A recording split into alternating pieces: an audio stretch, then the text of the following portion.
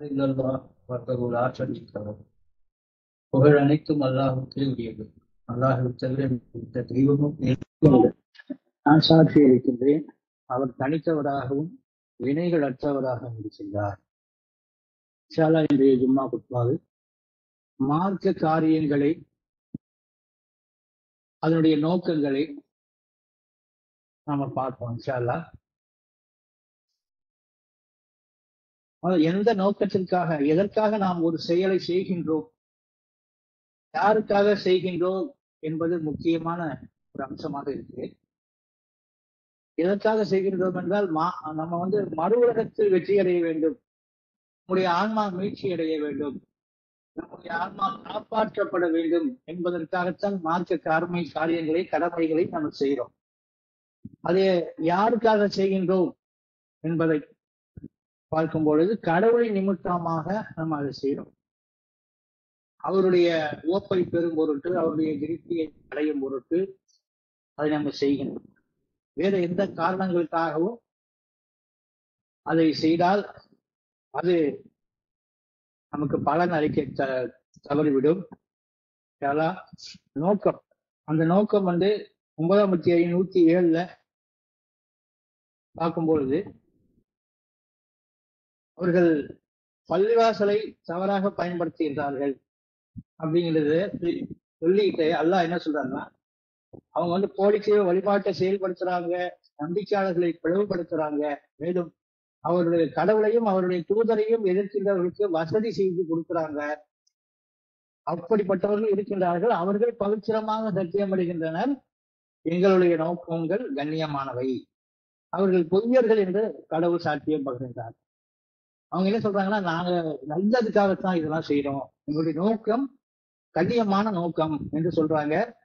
அவர்கள் தான் அல்லாஹ் பொய்யர்கள் என்று அல்லாஹ் சொல்றாரு. எப்படி ஷகாதத்துல முகமது ரசூலுல்லாஹ்வை சேர்க்கிறவங்களை பொய்யர்கள் என்று சொல்கிறாரோ, அது போல அந்த நோக்கங்களே அங்கே தவறானவையாக இருக்கு, விஷயங்களே தவறானவையாக இருக்கு. 4ஆம் அத்தியாயம் 62 பார்க்கும் பொழுது,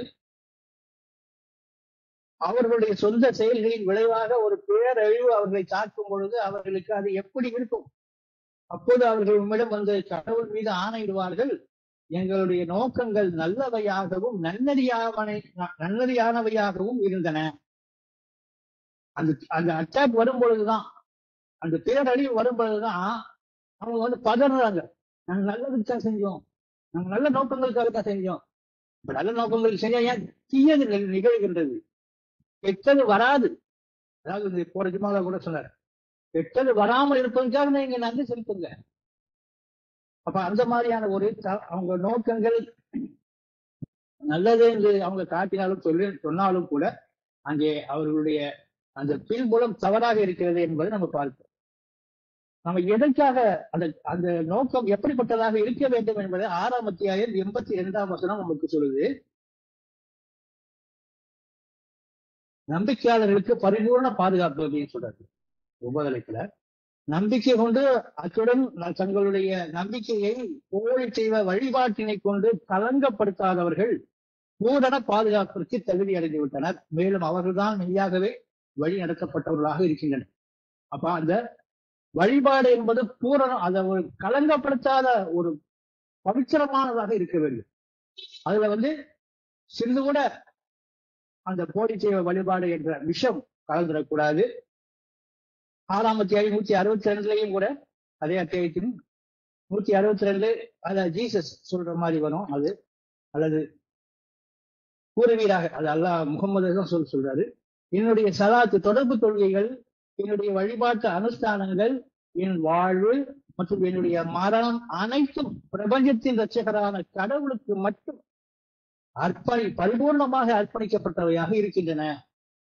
இந்த கான்செப்ட்ல தான் நம்ம இந்த காரியங்களை, மார்க்க கடமைகளை செயலாற்ற வேண்டுமே தவிர அந்த அர்ப்பணிக்கப்பட்டவையாக, அவருக்கு மட்டுமே அர்ப்பணிக்கப்பட்டவையாக இருக்க வேண்டும் என்பதை நம்ம அதை உறுதிப்படுத்திக் கொள்ள வேண்டும். ஒவ்வொரு முறையும் இன்ஷா அல்லாஹ் ஐவேளை தொழுகை, அந்த ஐவேளை தொழுகையை நமக்கு எல்லாம் நியமமாக பேணி வரும்படி அகீமுஸ் ஸலாத் அப்படின்னு சொல்றாரு. ஆத்துல் ஜகாத், தொழுகை நிறைவேறுங்கள், கடமையான தர்மத்தை கொடுத்து வாருங்கள். அது மெயின்டைன் பண்ணுங்க. 67 முறைகள் குரான்ல சொல்லப்படுது, 2 தொடர்ச்சியா. அப்படிப்பட்ட தொழுகையை அவர்கள் எப்படி ஆளாக்கிக் கொள்கின்றார்கள்? 107ஆம் அத்தியாயம் 5, 6 வசனத்துல பார்க்கும் பொழுது, வயலுள்ளில் முசல்லி, தொழுகையாளர்களுக்கு கேடுதான் என்று அங்கே சொல்றாரு. மேலும் தொடர்பு தொழுகைகளை கடைபிடிப்பவர்களுக்கு, சலாத்து தொடர்பு தொழுகைகளை கடைபிடிப்பதற்கு கேடுதான். இப்படி அல்லாஹ் வழிபாடுற செய்யறாங்க, கேடுங்கிறாங்க. அவர்கள் தங்களுடைய தொழுகைகளை பற்றி முற்றிலும் கவனமற்றவர்களாக இருப்பவர்கள் அவர்கள் காட்டிக்கொள்ள மட்டுமே செய்கின்றனர். அவர்களுடைய இன்டென்ஷனே என்னன்னா, எல்லாரும் பார்க்கணும். அதுக்காகத்தான் அவங்க மற்றவர்கள் நம்ம எதுவும் சொல்லி விடுவார்களோ, தவறாக எண்ணி விடுவார்களோ தொழுகைக்கு போகவில்லை என்றால், அப்படிங்கிற அந்த நோக்கம் தான் அவங்கள்ட்ட இருந்திருக்கே தவிர, அல்லாவை வழிபாடு செய்ய வேண்டும், அவர் முன்னால போய் நிக்க போறோம், அந்த பயம் பக்தி இல்ல. அந்த 32ஆம் அத்தியாயம் 12வது வசனத்துல பய பக்தியோடு அவங்க இருப்பாங்க அப்படிங்கிறத சொல்றாரு. 32:16 பக்தி உணர்வு மற்றும் ஆவலான எதிர்பார்ப்பில் மேலிட்டால் தங்களுடைய இரட்சகரை வழிபடுவதற்காக அவர்களுடைய விழாப்புறங்கள் உவப்புடன் அவர்களுடைய படுக்கையை துறக்கும். மேலும் நம்முடைய வாழ்வாதாரங்களில் அவர்களுக்குரியவதில் இருந்து அவர்கள் தர்மம் செய்வார்கள். அந்த விஷயமே அதுதான். அந்த பக்தி உணர்வு, ஆவலான எதிர்பார்ப்பு இருக்கும். அவர்கள் தங்களுடைய இரட்சகரை வழிபடுவதற்கு விழாப்புறங்கள் உவப்புடன் அவங்க எழுதியிருப்பாங்க. லேசியா இருக்க மாட்டாங்க. அவங்க லேசியா இருப்பாங்க. 4ஆம் அத்தியாயம் 162 பாக்குறோம். அந்த தொழுகை, அவர்களுடைய தொழுகையில் லேசியா குரம்பலாக தவிர அவர்கள் தொழுகை கடைபிடிக்கிறது இல்லை என்று சொல்றாரு. அந்த நோக்கங்கள்ல பரீட்சைன்னு இருக்கணும். நம்ம எல்லாம் வழிபட போறோம், உவப்புடன் எந்திரிக்கணும். நம்முடைய படுக்கையை தொடக்கம்னா நம்ம மஞ்சள் தொழுகைக்கு அது சொல்லப்படுது. ஆனால் அசல் தொழுகைக்கு கூட நம்ம தூங்குறோம் சமயங்கள்ல. இப்போ அது எந்திரிக்கும் போது சோம்பலா அப்படி அந்த ஒரு சோம்பல், அந்த இன்னும் தவறான விஷயங்களை வந்துன்னா அவங்க நோக்கம் அடிபட்டு போயிடுது. அல்லாஹ் மட்டும் வழிபடுறதுங்கிற நோக்கம் அடிபட்டு. அடுத்து 20ஆம் அத்தியாயம் 14வது வசனத்துல என்னை மட்டும் வழிபடுவதற்காகத்தான் நீங்கள் தொழுகையை நிலைநிறுத்த வேண்டும் அப்படிங்கிறத அல்லாஹ் சொல்றாரு. அதுக்குதான் அந்த தொழுகை, வேற எந்த காரணங்களுக்காகவும் இப்ப பார்த்த மாதிரி காட்டிக் கொள்வதற்காக செய்தால் அது கேடுதான். நான் தான் கடவுள் 20:14 நான் தான் கடவுள், என்னுடன் வேறு தெய்வம் இல்லை, என்னை மட்டுமே நீர் வழிபட வேண்டும், மேலும் என்னை நினைவு கூறுவதற்காகவே தொடர்பு தொழுகைகளை கடைபிடிப்பீராக. சலாத்து தொடர்பு கொள்கை. அப்ப அல்லாஹ்வை நினைவு கூறுவதற்கான அந்த ஒரு முகமாகத்தான், அதை நோக்கித்தான் நாம் அந்த தொழுகையை நிறைவேற்ற வேண்டும். அது ஒரு, ஆனால் கூட அதான் அந்த தொழுகையிலே கூட அல்லாஹ்வை நினைவு கூறுவதுதான் அந்த பிரதானமான விஷயம் என்பதை 29வது அத்தியாயம் 45ஆம் வசனத்துல அல்லாஹ் சொல்றாரு. ஏனென்றால் அதுல பல பலன்கள் இருக்கு, பலாபலன்கள் இருக்கு. தொழுகையை நிறைவேற்றுவதன் மூலமா நம்ம ஒவ்வொரு முறையும் ஒளி செய்வதற்காக தண்ணீரை தேடி போகின்றோம், அங்கே பாத்ரூம் யூஸ் பண்றோம், நம்முடைய கழிவுகள் அகற்றப்படுது, நம்முடைய அதாவது நம்முடைய நினைவு ஆற்றல் பெருகுது. நமக்கு தலையை தலையில வைக்கிறோம், உடம்பை அசைக்கிறோம், ஒரு இயக்கம் கிடைக்குது. அதெல்லாம் செகண்டரி தான். பிரதான அம்சம் அல்லாஹ்வை நினைவு கூறுவது. அது வசனமே அதுதான் சொல்லுது. 29:45 சலாத்து தொடர்பு தொழுகைகள். வேதத்தில் உமக்கு வெளிப்படுத்தப்பட்டவற்றை நீர் ஓதி வர வேண்டும், மேலும் சலாத்து தொடர்பு தொழுகைகளை கடைபிடிப்பீராக. ஏனெனில் தொடர்பு கொள்கைகள் தீமைகளையும் ஒழுக்கக்கேட்டையும் தடுக்கின்றன என்று பர்பஸ் சொல்வார். ஒழுக்கக்கேடுகள் அங்கே குறைஞ்சிக்கிட்டே, அது இல்லாம போயிடுது, தடுக்குது. அந்த நேரத்துல நம்ம எந்த தப்பும் செய்ய மாட்டோம். பொழுது ஒரு 5 வேலையை நம்ம செய்யும் பொழுது அந்த பெரிய அளவுல கெட்ட காரியங்கள், பாவமான காரியங்கள் நம்ம அந்தாது என்பதை நமக்கு பார்க்கிறோம். அதுக்குதான் நோன்பு காலத்துல கூட சாராயம் குடிக்க மாட்டாங்க, பல தவறான செயல் செய்ய மாட்டாங்க. அது அந்த மாதிரியான அதை ஒரு இன்டாக்டா வச்சுக்கிறதுக்காக அந்த நோன்பை பயன்படுத்திக்காங்க. ஆனா தொழுகையே அந்த மாதிரி அவங்க ஜெர்சரி தொழுவாம கூட இருப்பாங்க. ஆனால் தொழுகையை நியமமாக கடைபிடித்து வரும்போது நம்மளுடைய பாவ காரியங்கள், தீமையான காரியங்கள், ஒழுக்கக்கேடுகள் தடுக்கப்படுகின்றன. ஆனால் சலாத்து மூலம் கடவுளை நினைவு கூறுவதே மிகவும் முக்கியமான குறிக்கோள் ஆகும். நீங்கள் செய்கின்ற ஒவ்வொன்றையும் கடவுள் அறிகின்றார். திக்ருல்லாஹி அக்பர். அல்லாவை திக்ரு செய்வது, அந்த நினைவுகளை வைக்கிறதுக்கு தான் நீங்க தொழுகை நிலைநாட்டணும்னு சொன்னாங்க 20ஆம் வசனம் 14 முந்தைய வசனத்துல. இங்க வந்து அதுதான் பிரதான காரியமா இருக்கணும். அங்க சரி, நம்ம தொழுதா நமக்கு வந்து ஒரு ஜேஜஸ் கிடைக்கும், நம்ம வந்து ஒரு நல்ல ஒரு விஷயங்கள்லாம் நமக்கு அது மூலமா கிடைக்கும், தீமைகள் தடுக்கப்படுது, ஒழுக்கக்கேடு தடுக்கும், அது காரணத்துக்காக நீங்க அது தொழுகை நிறைவேற்ற முடியாது. அது மட்டுமாக அல்லாஹ்வை நினைவுறுவதற்கு அந்த ஸ்பெஷலா இருக்கு, அந்த விஷயமே இருக்கு. அதை நம்ம கவனத்துல வைத்துக் கொள்வோம். 7ஆம் அத்தியாயம் 29வது வசனத்துல கீமு உஜூஹுக்கும் இந்த புள்ளி மஸ்ஜித் வதூஹு முக்லிசீன லஹுத்தீன் அப்படிங்கிறத அல்லாஹ் அங்க சொல்றாரு.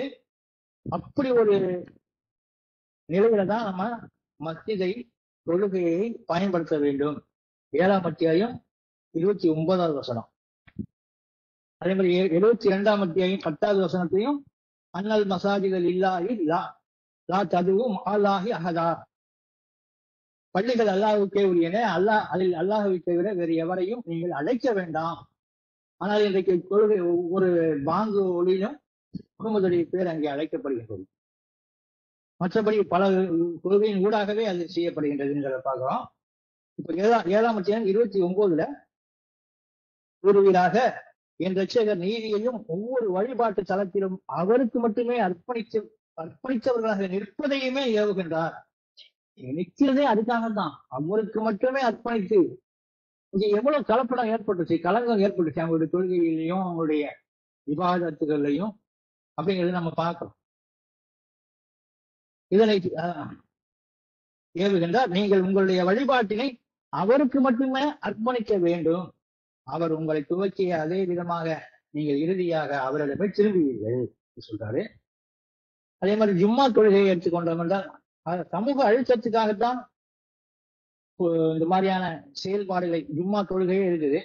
நம்ம தொழுகையே அல்லாஹ் நினைவு கூறுவதற்காக வர வேண்டும். ஆனால் அங்கே வந்து உங்களுடைய ஆடைகளை, ஒழுங்கான உடைகளையும் அணிந்து கொள்ளுங்கள் என்று கூட சொல்றாரு அல்லாஹ். ஆனா நம்ம ஜும்மா தொழுகையில போனா நம்ம வந்து நம்முடைய ஆடை அலங்காரத்தையும் காட்டலாம், நம்முடைய நகை நட்டுகளை காட்டலாம், நம்முடைய பெருமைகளை காட்டலாம், நம்முடைய வாட்சை காட்டலாம் அப்படிங்கிற எண்ணத்தோட வருவதற்கான ஒரு அந்த சந்தர்ப்பமும் இருக்கு. அதாவது அந்த காரணங்கள் மாறுபட்டு விடுகின்றது. நம்முடைய உள்ளத்துல அந்த பக்தி உணர்வு இருக்கும் பொழுது அது எடுபட்டு போயிடும். ஆனா சும்மா ஒரு பெருமைக்காக நம்ம போகணும் அப்படின்னு நினைக்கக்கூடியவர்களுக்கு அது அந்த மாதிரியான தளமாக ஆகிவிடுகின்றது. ஏனென்றால் சமூகம் வந்து ஒரு 6ஆம் அத்தியாயம் 70வது வசனத்துல சமூக அழுத்தத்துக்காகங்கிறது வேற. 6ஆம் அத்தியாயம் 70வது வசனத்துல ஒரு சோசியல் விழாவை போல அவர்கள் அதனை மார்க்கத்தை எடுத்துக் கொள்கின்றார்கள் என்று அல்லாஹ் அதை சொல்றார். தங்களுடைய மார்க்கத்தை ஒரு சமூக விழாவினை போல வீணானதாக எடுத்துக் கொள்பவர்களையும் இந்த உலக வாழ்வில் முற்றிலுமாக ஈர்க்கப்பட்டு விட்டவர்களையும் நீ புறக்கணித்து விட வேண்டும். அப்படியும் எடுக்கிறாங்கிறத நம்ம இங்க அல்லாஹ் நமக்கு குறிப்பிட்டு காட்டுகின்றார். அடுத்து சமூக அழுத்தத்துக்காக ஒரு காரியத்தை செய்யக்கூடாது. அதுக்காக வந்து காட்டிக் செய்வதிலையும் அது இருக்கு. அவங்க ஒரு மற்றவர்கள் நம்மை கேட்பார்கள், கேள்வி கேட்பார்கள், ஏன் இன்னைக்கு தொழுவ வரல, பதில் தொழுவ வரக்கலாம் அப்படின்னு கேட்பாங்க. அந்த மாதிரியான காரணத்துக்காக வந்து தொழுகிறதுக்கு அல்லாஹ்வை நினைவு கூறுவதற்கு அல்லாஹ் ஏற்கலை. அதான் சமூக அழுத்தம் ஆழ்ந்தொரு பெருநாசம் 29, 25 அவர் கூறினார். ஆபிரகாம் சொல்றாரு, இவ்வுலக வாழ்வில் உங்களுக்கு இடையில் சில நட்புகளை பேணிக் கொள்வதற்காக சமூக அழுத்தம் காரணமாக கடவுளுடன் சக்தியற்ற போலி செய்வங்களை நீங்கள் வழிபடுகிறீர்கள். அப்ப சமூக அழுத்தத்துக்காகவே அவங்க அவ்வளவு பெரிய காரியத்தை, தப்பான காரியத்தையும் பண்றாங்க. கடவுளுடன் மற்றொரு போலி தெய்வத்தை அமைத்துக் கொள்வது சமூக அழுத்தம். நம்மள கோயிலுக்கு போகலன்னா, இந்த மாதிரியான தர்காவுக்கு வரலன்னா நம்மளை திட்டுவாங்க அப்படிங்கிறதுக்காகவே, அந்த சமூக அழுத்தத்துக்காகவே அவங்க போறாங்க. அடுத்து சோம்பலுடன் தொழுகையை பேணக்கூடியவர்களும் அந்த நோக்கம் வந்து அடிபட்டு போயிடும். அல்லாஹ்வை ஆக்டிவா, பிரிஸ்கா, ஒரு உத்வேகத்தோட, அந்த மலர்ச்சியோட அல்லாஹ்வை நம்ம நினைவு கூறுவதற்காக அந்த செயல்பாடு செய்ய வேண்டுமே தவிர அதுல ஒரு சோம்பல் சுத்தமா இருக்கக்கூடாது, ஒரு துளி கூட இருக்கக்கூடாது. அது 4ஆம் அத்தியாயம் 142வது வசனத்துல தாங்கள் கடவுளை ஏமாற்றிக் இருப்பதாக இந்நயவஞ்சகர்கள் நினைக்கின்றனர். ஆனால் அவர்தான் அவ்வாறு அவர்களை தொடர்ந்து செலுத்திக் கொண்டிருக்கின்றார். அவர்கள் தொடர்பு கொள்கைக்கு எழுந்து நிற்கின்ற பொழுது அவர்கள் சோம்பலுடன் எழுந்து நிற்கின்றனர். அது ஏனெனில் அவர்கள் மக்களுக்கு முன்னால் காட்டிக்கொள்ள மட்டுமே செய்கின்றனர். மேலும் அவர்கள் அரிதாகவே கடவுளை பற்றி நினைவு கூறுகின்றனர், நினைக்கின்றனர் என்று சொல்றார். அப்ப அந்த மாதிரியான ஒரு தொழுகையும் பால்பட்டு போய்விடுகின்றது. ஜும்மா தொழுகையை நம்ம அந்த ஒரு கூடுவதற்காக கூடக்கூடிய ஒரு சந்தர்ப்பத்துல தவறான எண்ணங்கள் வந்துடக்கூடாது. அதே மாதிரி லைலத்துல் கத்ர் இரவு 27 அன்று நம்ம ஸ்பெஷலா ஒரு அல்லாஹ்வை நினைவு கூறுவதற்கான திக்ர் செஷன் நடக்குது. அந்த மாதிரியான சந்தர்ப்பத்திலையும் அந்த தளங்களையும் நம்முடைய பெருமைகளை காட்டிக் கொள்வதற்காக ஒரு ஒன்று கூட இருக்குது. சோசியல் பங்கனாக மட்டுமே ஆக்கிடக்கூடாது, சோசியல் பங்கனாக அதை ஆக்கிடக்கூடாது அப்படிங்கிறத நம்ம கவனத்தில் வைத்துக் கொள்வோம். அடுத்து கவனமின்மை என்பதை நம்ம பார்க்கும்போது அது அவங்க விஷயங்களை கேட்கிறாங்க. 47ஆம் அத்தியாயம் 16வது வசனம். ஆனால் அவர்கள் அந்த அப்பால் சென்றவுடன் என்ன செய்யறாங்கன்னா, அவர் இப்போது என்ன சொன்னாரு, அப்ப என்ன சொன்னாருன்னு நம்ம உள்வாங்கலன்னா நம்ம கவனம் இல்லை, அட்டென்ஷன் இல்லை அப்படிங்கிறது தான்.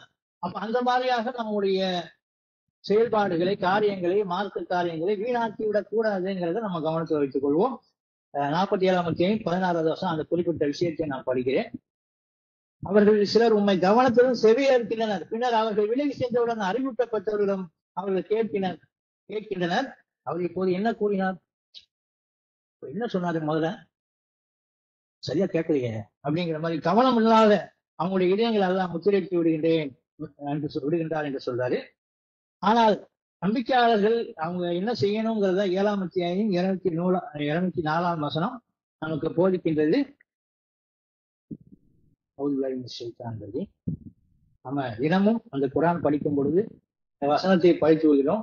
குரான் எடுத்து கூறப்படும் பொழுது அதனை நீங்கள் கருத்தோன்று செவியேற்கவும் கவனத்தில் எடுத்துக் கொள்ளவும் வேண்டும். நீங்கள் கருணையை அடையும் பொருட்டு ஃபுல் அட்டென்ஷன் நம்ம கொடுக்கணும். ஒரு குரான் வசனம் நம்மிடம் ஓதி காட்டப்பட்டால், அதில் உள்ள விஷயங்கள் எடுத்து சொல்லப்பட்டால் அதுல ஃபுல் அட்டென்ஷன் கொடுக்கணும். கவனமின்மை இருக்கக்கூடாது. கவனமின்மை இருந்தால் அங்கே பால்பட்டு போயிடுகின்றது என்பதை நம்ம பார்க்கிறோம். அதே மாதிரி அடுத்து சில விஷயங்களையும் நம்ம அடுத்த குர்பால பார்ப்போம். அல்லாஹ் திரும்புவோம். அல்ஹம்துலில்லாஹ் அஷ்ஹது அன் லா இலாஹ இல்லல்லாஹு வஹ்தஹு லா ஷரீக லஹு. நோன்பை பற்றி நம்ம பார்க்கும்போது அதனுடைய காரணம் 2ஆம் அத்தியாயம் 185ஆம் வசனத்துல அல்லாஹ் அதனுடைய முக்கியமான காரணத்தை நமக்கு சொல்றாரு. வசனத்தை படித்து அந்த வசனத்தினுடைய அந்த குறிப்பிட்ட பகுதியை நான் படிக்கிறேன், குறிப்பிட்ட வாக்கியத்தை, நேரம் இல்லாதனால. அதாவது ரமலான் மாதத்துல உங்களுக்கு நான் வழிகாட்டல், போதனைகள், சட்ட புத்தகத்தை வழங்கக்கூடிய குரான் வெளிப்படுத்தப்பட்டிருக்கு. அந்த நாள் அந்த மாதத்தை காண்பவர்கள் அதில் நோன்பு வேண்டும். அதுல சலுகைகளை அல்லாஹ் சொல்றாரு. அல்லாஹ் உங்களுக்கு சௌகரியத்தை விரும்புகிறார், கஷ்டத்தை அல்ல. உங்களுக்கு அது மூலமா சௌகரியம் கிடைக்கும், ஆனால் பார்க்கறதுக்கு கஷ்டமா இருக்கும். உங்களுடைய கடமைகளை பூர்த்தி செய்யவும், உங்களுடைய கடமைகள் நீங்கள் பூர்த்தி செய்யவும், உங்களுக்கு வழிகாட்டியதற்காக கடவுளை துதிக்கவும், உங்களுடைய நன்றி அறிதலை வெளிப்படுத்தக்கூடும் என்பதற்காக அந்த நோன்பை நிறைவேற்றுங்கள். இதுதான் காரணம்.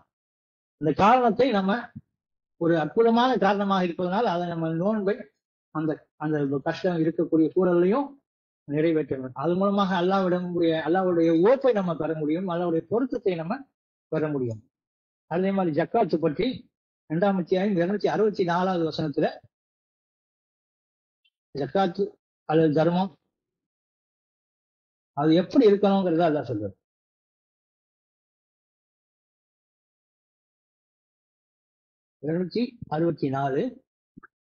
நம்பிக்கை கொண்டோரே, உங்களைத்தான் கடவுள் மற்றும் இறுதி நாளின் மீது நம்ப மறுக்கின்ற அதே சமயம் காட்டிக்கொள்வதற்காக, இங்கேயும் அதை காட்டிக்கொள்வதற்காகத்தான் தன்னுடைய பணத்தை செலவிடுகின்ற ஒருவனைப் போல நிந்தித்தல் மற்றும் அவமதித்தலால் துன்புறுத்துவதன் மூலம் உங்களுடைய தர்மங்களை பயனற்றதாக்கி கொள்ளாதீர்கள், பாழாக்கி கொள்ளாதீர்கள்.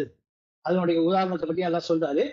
அப்ப காட்டிக் கொள்வதற்காக தன்னுடைய தர்மத்தை செலவிடுவது, பணத்தை செலவிடுவது என்பது ஒரு பாழாகக்கூடிய ஒரு விஷயமாக இருக்கிறது. அது ஜக்காத்தாக இருந்தாலும் சரி, தர்மமாக, பொதுவான தர்மமாக இருந்தாலும் சரி, அப்படிப்பட்ட ஒரு விஷயத்தையும் நம்ம செய்யக்கூடாது. 4ஆம் அத்தியாயம் 38ஆம் வசனத்தையும் அவங்க எப்படி செய்வாங்க என்று சொல்றார். கடவுள் மற்றும் இறுதி நாளின் மீது நம்பிக்கை கொள்ள மறுக்கின்ற அதே சமயம் அவர்கள் காட்டிக் கொள்வதற்காக மட்டுமே தர்மத்திற்கென பணத்தை கொடுக்கின்றனர். ஒருவனுடைய தோழனாக சாத்தான் இருப்பானாயின் அவன்தான் மிக மோசமான தோழனாவான். அவங்க செய்யறதே அந்த ஒரு ஸ்ட்ரென்த்துக்காக தான் செய்யறாங்க. அது வந்து சாத்தானுடைய செயல்பாடாக அவனுடைய தோழமையை எடுத்துக்கொள்ளக்கூடியதாக இருக்குதுங்கிறத பாக்குறோம். அதை மனதுடன் செலவு செய்யறது பற்றியும் நல்லா சொல்றாரு. அது வசனம் நான் எடுக்கல. அதை மனதுடன் காட்சிக் கொள்வதற்காக அவங்க 2ஆம் அத்தியாயத்துல தான் வரும். அதை அவங்க செஞ்சாங்க அப்படின்னு சொல்றாரு.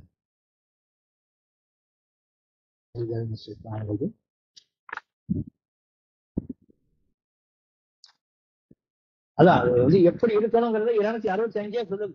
264 படிச்சோம். 265 உளமார்ந்த உறுதியான நம்பிக்கையின் வெளிப்பாடாக கடவுளின் திருப்தியை தேடியவாறு தங்களுடைய பணத்தை கொடுப்பவர்களுக்கான உதாரணம். அது ஒரு மலைப்பாங்கான மண்ணின் வளத்தை பற்றி எல்லாம் சொல்றாரு. இப்படி ஒரு நிறைய கொடுக்கும், கொஞ்சம் மழை பெஞ்சாலும் கொஞ்சமா கொடுத்தாலும் அது உங்களுக்கு நிறைய விளைச்சல் தரும் அப்படின்னு சொல்றாரு. அடுத்து ஹஜ்ஜி சமயத்துல நமக்கு ஹஜ்ஜி என்ற துல்ஹஜ் மாதம் துவங்கக்கூடிய நாளாக துவங்கிடுச்சுன்னு நினைக்கிறேன். எல்லாம் எனக்கு சரியா தெரியல. ஆனால் வந்து பக்ரீத் என்ற ஒரு பண்டிகையை கொண்டாடக்கூடியவர்களாக இருக்கிறார்கள். திங்கட்கிழமை அது வரக்கூடியதா இருக்குதுங்கிறத நம்ம பார்க்கிறோம். அந்த ஹஜ்ஜி சமயத்துல எப்படி அந்த ஹஜ்ஜி எப்படி இருக்க வேண்டும், அதுல என்ன நடவடிக்கை இருக்குது அப்படிங்கிறத 22ஆம் அத்தியாயம் 30வது வசனத்திலிருந்து அத சொல்றாரு. கடவுளால் விதிக்கப்பட்ட சடங்குகளை கண்ணியம் செய்வோர் தங்கள் இரட்சகரிடம் நல்ல ஒரு வெகுமதிக்கு தகுதியாகிவிட்டனர். குறிப்பிடப்பட்டு உங்களுக்கு தடுக்கப்பட்டுள்ளவற்றை தவிர அனைத்து கால்நடைகளும் உங்களுடைய உணவுக்காக அனுமதிக்கப்பட்டுள்ளன. நீங்கள் போலி செய்வ வழிபாடு எனும் அருவருப்பை தவிர்த்துக் கொள்ளவும் பொய் சாட்சி பகர்வதை தவிர்த்துக் கொள்ளவும் வேண்டும். நீங்கள் உங்களுடைய அர்ப்பணிப்பை கடவுளுக்கு மட்டுமே பரிபூர்ணமாக பேணி வர வேண்டும். இந்த அர்ப்பணிப்பு வந்து சிந்தாமல் சிதறாமல் அவருக்கு மட்டுமே இருக்க வேண்டும். நம்முடைய கவன சிதறல் ஏற்படுத்தக்கூடாது. அதுல வந்து தவறான ஒன்றை நடந்துடக்கூடாது. கடவுளுடன் போலி சேவங்களை அமைத்துக் கொள்கின்ற எவரும் விண்ணிலிருந்து விழுந்து வல்லூர்களால் விடுங்கி செல்லப்பட்ட ஒரு ஆழமான கணவாய்க்குள் காற்றில் அடித்து செல்லப்பட்ட ஒருவருக்கு ஒப்பாவார். பயங்கரமா சொல்றாரு அல்ல. ஆழமான கிணத்துல விழுந்துட்டாலே, அந்த கணவாயில விழுந்துட்டாலே அது பெருசு ரொம்ப ஆழமா போய்கிட்டே இருக்கும். அதுலதான் வந்து இந்த ஸ்கை டைவிங் எல்லாம் ஜம்பிங் எல்லாம் பண்ணுவாங்க. அது கீழே விழுவது ரொம்ப நேரம் ஆகுங்கிறதுக்காக அதுல இருந்து அப்படியே மேல மறுபடியும் பறந்துருவாங்க. பாரசூட் எல்லாம் பறக்கும். அவ்வளவு ஒரு நீர் ஆழமா இருக்கும். அதுல வந்து விழுந்துட்டு இடையில வந்து வல்லூர்கள் பிடிச்சு போகுது. ஆளாளுக்கு ஒண்ணு ஒரு 4-5 கல் சேர்ந்து ஒவ்வொரு பக்கமா பிடிச்சு இழுத்து போகுதுன்னா என்ன ஆகும் அப்படிங்கிறத நம்ம பார்க்கணும். அப்படிப்பட்ட ஒரு விஷயத்தை தான் போலி செய்வங்களுக்கு அமைத்துக் கொள்ளக்கூடியவர்களுக்கு உதாரணமாக ஓமானமாக எல்லாம் சொல்றாரு. 32வது வசனத்துல உண்மையில் கடவுளால் விதிக்கப்பட்ட சடங்குகளை கண்ணியம் செய்வோர் தங்களுடைய இதயங்களில் உள்ள நன்னறியை செயல்படுத்தி காட்டுகின்றனர். ஒரு டெமான்ஸ்ட்ரேட் பண்றாங்க. நம்ம செய்யறது நம்முடைய அல்லாஹ்வுடைய பொருத்தத்தை நாடி அப்படிங்கிறது அவங்க செய்யும் பொழுது அது காட்டப்படுது. அடுத்து புனித பயணத்தின் போது பிராணி பலிகள் அப்படிங்கிற ஒரு உபதலத்தை கொடுக்குறாரு. அது அடிக்குறிப்பும் இருக்கு. சில படிக்கிறேன். தொன்மை மிகு, அதாவது 33 வசனம். தொன்மை மிகு ஆலயத்திற்கு நன்கொடை அளிக்கப்படுவதற்கு முன்னர் ஒரு பருவம் வரை ஏராளமான பயன்களை கால்நடைகள் உங்களுக்கு வழங்குகின்றன. கால்நடைகளை, அதாவது இந்த இந்த விஷயம் கூட குர்பான் அப்படின்னு சொல்றாங்க. மக்கள் மத்தியில் அது சொல்லப்படுது. கால்நடைகளை அவர்களுக்கு வழங்கியமைக்காக கடவுளின் பெயரை அவர்கள் நினைவு கூர்ந்திடும் முகமாக ஒவ்வொரு சமூகத்திற்கும் நாம் சடங்குகளை விதித்துள்ளோம். உங்கள் இறைவன் அதே ஒரே இறைவன் தான். நீங்கள் அனைவரும் அவரை சரணடைய வேண்டும். கீழ்ப்படிவோருக்கு நற்செய்தி வழங்குகிறாங்க அப்படின்னு சொல்றாரு. அந்த அல்லாஹ்வை நினைவு கூறுவதற்காகத்தான் அந்த குர்பான் செய்யப்பட வேண்டும். கடவுள் என்று குறிப்பிடப்படும் பொழுது அது அடுத்த வசனத்துல வருது. அந்த அடுத்து 36வது வசனத்துல பிராணி பலிகளானது உங்களுடைய சொந்த நலனுக்காக கடவுளால் விதிக்கப்பட்ட சடங்குகளில் உள்ளவையாகும். வரிசையில் அவை நிற்கும் பொழுது அவற்றின் மீது நீங்கள் கடவுளின் பெயரை மொழிய வேண்டும். பலிக்காக அவை அர்ப்பணிக்கப்பட்டவுடன் நீங்கள் அதிலிருந்து உண்ணுவதுடன் ஏழைகளுக்கும் தேவையுடையவர்களுக்கும் உணவளிக்க வேண்டும். இதற்காகத்தான் அவற்றை உங்களுக்கு நாம் வசப்பளிக்கிறோம். நீங்கள் உங்களுடைய நன்றியறிதலை காட்டும் பொருட்டு நோன்பை நன்றியறிதலை காட்டுவதற்காக எல்லாம் செய்ய சொல்றாரோ அதே மாதிரி அந்த பிராணி பலியை செய்யக்கூடிய விஷயத்தை அதுக்காகத்தான் நன்றியறிதலை காட்டுவதற்காகத்தான் நம்ம அல்லாவுக்காக செய்கிறோம் செய்ய சொல்றாரு. அவற்றின் இறைச்சியோ அல்லது அவற்றின் ரத்தமோ கடவுளை அடைவதில்லை. அவரை அடைவது உங்களுடைய பயபக்தி தான் சொல்றார். உங்களுக்கு வழிகாட்டியதற்காக கடவுளை துதிப்பதன் மூலம் உங்களுடைய நன்றி அறிதலை காட்டும் பொருட்டு அவற்றை உங்களுக்கு அவர் உங்கள் வசப்படுத்தினார். தர்மவான்களுக்கு நற்செய்தி வழங்குகிறாக. இந்த இடத்துல ஒரு பெரிய கேள்வியா நம்ம முன்னால இருப்பது என்னவென்றால், குர்பான் இங்கே இந்த உள்ளூர்ல செய்யறாங்க, லோக்கல்ல செய்யறாங்க, ஒவ்வொரு ஊர்கள்லயும் அவங்கவுங்க செஞ்சுக்கிறாங்க. அது அவங்களுடைய மார்க்கெட்டிங் பொருட்டாக செய்யக்கூடிய ஒன்றாக இருக்குது. மார்க்க கடமையாக அவங்க செய்யறாங்க. அஜிர அனுஷ்டிக்கக்கூடிய ஒரு விஷயத்தை அவர்கள் லோக்கல்ல செய்யறாங்க. ஆனால் அதை நாம எடுத்துக்கொள்ளலாமா, சாப்பிடலாமா, அதை வாங்கலாமா அப்படிங்கிற ஒரு கேள்வி நம்ம முன்னாடி நிற்கிது. ஆனால் அதான் ப்ரொஹிபிஷன்ஸ் எதுவோ அதை டிஸ்கிரைப் பண்ணி சொல்றாரு. இன்ன உணவை இத காரணத்துக்காக தடை செய்கிறேன். அப்படி தடை செய்வதை நாம தடை செய்வதை கடுமையாக கண்டனம் செய்கிறாரு. Dedicated to other than God. அந்த உணவானது அல்லாஹ் அல்லாத ஒன்றுக்கு படைக்கப்படுவது, அர்ப்பணிக்கப்படுவது, இந்த மாதிரியான ஒரு செயல்பாடுகள் அங்கே இருக்கும் பொழுது அதனை நீங்கள் உண்ணக்கூடாது என்று 145வது வசனத்துல வேறு எந்த உணவை நான் என்னுடைய தடையாக நான் காணவில்லை என்று சொல்லி அதை சொல்றார்.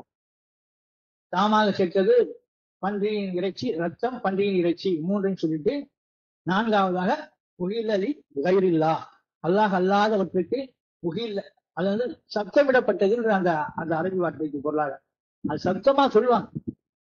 எப்படி இந்த கிராம தெய்வங்களுக்கு இந்த கருப்பசாமி, மாடசாமி, முனியாண்டி, இசக்கி, மாரியாத்தா அவங்களுக்கு எல்லாம் அதை படைக்கும் போது கருப்பசாமி ஏற்றுக்கோ, அந்த பழியை ஏற்றுக்கோ அப்படின்னு சொல்லி கஷ்டம் போடுவாங்க. அவங்க அந்த பலியை செய்யறது அவங்க அந்த குறிப்பிட்ட தெய்வத்துக்கு தான். அந்த மாதிரியான அந்த பலிகளை நம்ம உண்ணக்கூடாது. ஏனென்றால் அது அல்லாஹ் அல்லாத ஒன்றுக்கு படைக்கப்படக்கூடியதாக, அவர்களுக்காக அர்ப்பணிக்கப்பட்டதாக, அவர்கள் பேரை மொழிந்ததாக இருக்கு. ஆனால் இங்க குர்பான் தெரியாம அல்லாஹ்வுடைய பேரை கூறி அவர்கள் அறுக்கின்றார்கள். அவர்கள் வேற எந்த பொருட்டாகவும் அதை செய்வதில்லை. கடவுளின் பெயரை முன்மொழிந்து அவர்கள் அதை செய்கின்றார்கள். அப்படிப்பட்ட ஒரு விஷயத்தை நம்ம எடுத்துக்கொள்வதிலே இந்த தடையும் இருக்க முடியாது. 5ஆம் அத்தியாயம் 1வது வசனத்திலையும் சரி, 6ஆம் அத்தியாயம் 119, 121 அந்த விஷயங்களை எல்லாம் சொல்றாரு. 5ஆம் அத்தியாயம் 1வது வசனத்துல நம்பிக்கை கொண்டவரே, உங்களைத்தான் உங்களுடைய உடன்படிக்கைகளை நீங்கள் நிறைவேற்ற வேண்டும். குறிப்பிடப்பட்டு இதனில் உங்களுக்கு தடுக்கப்பட்டுள்ளவற்றை தவிர கால்நடைகள் உங்களுக்கு உண்ணுவதற்கு அனுமதிக்கப்பட்டவையாகவே உள்ளன என்று சொல்றாரு. அது குறிப்பிடப்பட்டுங்கிறத நம்ம மறுபடியும் அண்டர்லைன் பண்ணிக்குவோம். அந்த டிஸ்கிரிப்ஷன் இல்லாத விஷயத்தை நம்ம தடையாக எடுத்துக்கொள்வது நமக்கு அது ஒரு பெரிய இடர்பாடாக முடியும். 6ஆம் அத்தியாயம் 119வது வசனத்துல அதுலயும் அல்லாஹ் சொல்றாரு, கடவுளை நினைவுறுவதற்குரிய சந்தர்ப்பம், நீங்கள் உண்ணுவதற்கு முன் கடவுளின் பெயரை மொழியுங்கள் அப்படின்னு உபதேசத்துல சொல்றாரு. எவற்றின் மீது கடவுளின் பெயர் மொழியப்பட்டுள்ளனவோ அவற்றிலிருந்து நீங்கள் ஏன் உண்ணாதிருக்க வேண்டும்? நம்ம டேபிள்ல ஒரு உணவு வந்துச்சுன்னா அதை அல்லாஹ் பேரை சொல்லி சாப்பிடணும், அது அவருடைய அனுமதியை கோரி சாப்பிட வேண்டும். அப்படி சாப்பிடுறதுக்கு உங்களுக்கு என்ன தடை? உங்களை யார் தடுத்தா அப்படின்னு கேட்கிறேன். நீங்கள் நிர்பந்திக்கப்பட்டவர்களாகவே இருந்தாலே தவிர உங்களுக்கு தடுக்கப்பட்டுள்ளவற்றை அவர் உங்களுக்கு விவரிச்சு சொல்லியிருக்காரு. என்னென்ன சாப்பிடக்கூடாது இந்த உணவை. அது நான்கு தான் சொல்லி 6ஆம் அத்தியாயம் 145ல வேற எந்த எனக்கு இல்லை என்று அவர் அறிவித்து சொல்றார். எனக்கு கொடுக்கப்பட்ட வெளிப்பாடுகளில் உண்ணுபவர் எவருக்கும் எந்த உணவும் தடை செய்யப்பட்டதாக நான் காணவில்லை கூறுகிறார் என்று முதல்ல ஆரம்பிக்குது. இவற்றை தவிர செத்தவற்றின் இறைச்சி, ஓடுகின்ற ரத்தம், பன்றிகளின் இறைச்சி, ஏனெனில் அது கெட்டுப் போனதாக உள்ளது. மேலும் இறை நிந்தனையாக கடவுளை அன்றி மற்றவற்றுக்கு அர்ப்பணிக்கப்பட்ட பிராணிகளின் இறைச்சி அப்படிங்கிறத சொல்றாரு. அதுலயும் ஒரு எக்ஸெப்ஷன் கொடுக்கிறாரு. வேண்டுமென்றோ அதில் கெட்ட இனத்துடன் இல்லாமல் ஒரு நிர்பந்தத்தின் அடிப்படையில் அவங்க செய்யும் பொழுது, பசி கொடுமையினால் மற்ற விஷயத்தினால் செய்யும் பொழுது அதை கூட அல்லாஹ் ஏற்கிறாருங்கிறத பாக்குறோம். அதான் அக்கீக்காங்கிற ஒரு விஷயத்த கூட மக்கள் செய்யறாங்க. அது கூட ரஷாத் அவங்களுடைய இதுல குரான் கிளாஸ்ல சொல்றாரு. அவங்க கேட்கிறாங்க. கேட்கும் பொழுது அக்கீக்கா ஒரு சூப்பர்ஸ்டிஷன், ஒரு மூட நம்பிக்கை அப்படின்னு சொல்றாரு. அதுல அந்த உணவு தடைங்கிறத அவர் பற்றி அது குறிப்பிட்டு சொல்லல. அப்போ அந்த உணவை தடையாக நம்ம ஆக்கிக் கொள்ள வேண்டிய அவசியம் இல்லை. அது அதான் 5ஆம் அத்தியாயம் 105வது வசனத்துல மற்றவர்கள் வழிகேட்டில் சென்றாலும் அது நம்மை பாதிக்காதுங்கிறத வசனம் சொல்லுது. அதே மாதிரி எங்கள் செயல்கள் எங்களுக்கு, உங்கள் செயல்கள் உங்களுக்கு அப்படிங்கிற ஒரு விஷயமும் நம்ம குரான் வாயிலாக கற்றுக்கொள்கின்றோம். ஆக உங்கள் செயல்களுக்கு நீங்கள் பொறுப்பாளர்கள். அப்ப ஒருத்தர் அவங்களுடைய செயல்களுக்கு அந்த செயல் செய்யறதுக்கு அவர்களுடைய பொறுப்பாகத்தான் அது அமைகின்றது. அவர்கள் நமக்கு கொடுக்கக்கூடிய பரிசுக்கு அந்த விஷயம் கடத்தப்படாது. அதே மாதிரி 5ஆம் அத்தியாயம் 93வது வசனத்துல ஒரே ஒரு வசனம் தான் படிச்சு முடிச்சோம். அடுத்து தர்மத்தை பற்றியும் குரான் வகுப்பு அதெல்லாம் நம்ம எந்த நோக்கத்துக்காக செய்ய வேண்டும், குரான் படிக்கிறது அதை கூட எந்த நோக்கத்துக்காக செய்ய வேண்டும், தியானம் செய்வது அதை எந்த நோக்கத்துக்காக செய்ய வேண்டும், சத்தியம் செய்வதை கூட எல்லாம் பொதுமக்களுடைய நம்பிக்கையை பெறுவது, நம்பகத்தன்மையை பெறுவதற்காக நீங்க சத்தியம் செய்யாதீங்க அப்படிங்கிறது சொல்றாரு. அதெல்லாம் நம்ம அடுத்த என்னுடைய வாழ்க்கை வரும்போது கூட பார்க்கலாம். அடுத்து இந்த 5ஆம் அத்தியாயம் 93ஆம் வசனத்துல தெளிவா நம்ம பார்க்கிறோம். அது உறுதியான ஒரு விஷயத்த நம்ம தடை செய்து கொள்வதற்கு அல்லாஹ் கட்டளையிட்டாரு. அதாவது பல தெய்வங்களுக்கு அர்ப்பணிக்கப்பட்ட அந்த விஷயங்களை நம்ம தடை செய்து கொள்ளலாம். அதுக்குதான் அல்லாஹ் தடை செய்யறாரு. ஆனால் நமக்கு இப்படியா அப்படியா என்று தெரியாத ஒரு விஷயத்துக்கு அதுல டவுட்ல இருக்கிற போது நம்ம என்ன சொல்றாங்க பாருங்க. 93வது வசனம், நம்பிக்கை கொண்டு நன்னறியான ஒரு வாழ்வு நடத்துபவர்கள் கொண்டு நன்னறியான ஒரு வாழ்வு நடத்தி பின்னர் தங்களுடைய பக்தியும் விசுவாசத்தையும் பராமரித்துக் கொண்டு, இது 3ஆவது வாட்டி அதையே சொல்லுவோம். அத்துடன் பக்தியையும் நன்னெறியையும் கடைபிடிப்பதில் தொடர்ந்திருக்கும் பட்சத்தில் 4 வாட்டி சொல்றாங்க அந்த விஷயத்தை. சுப்ஹானல்லாஹ். அவர்கள் எந்த உணவையும் உண்பதில் எந்த குற்றமும் எதையும் சுமப்பதில்லை. முடிச்சிடுறாங்க. சாப்பிடுங்க. நல்லறியாளர்களை கடவுள் நேசிக்கின்றார். நம்முடைய அந்த பக்தியை நம்ம எந்த அளவுக்கு பேணிக் கொள்கின்றோமோ, இந்த மாதிரியான ஒரு டைலமாவில் இருக்கக்கூடிய விஷயங்கள்ல நம்ம உணவு சாப்பிடுறதுல அதை மன்னிக்கிறார் கடவுள். அதை தள்ளி விட்டுறாருங்கிறது நாம பார்க்கிறோம். தொடர்ந்து கொள்கையை நிலைநிறுத்துவோம். அகீமுஸ் ஸலாத்.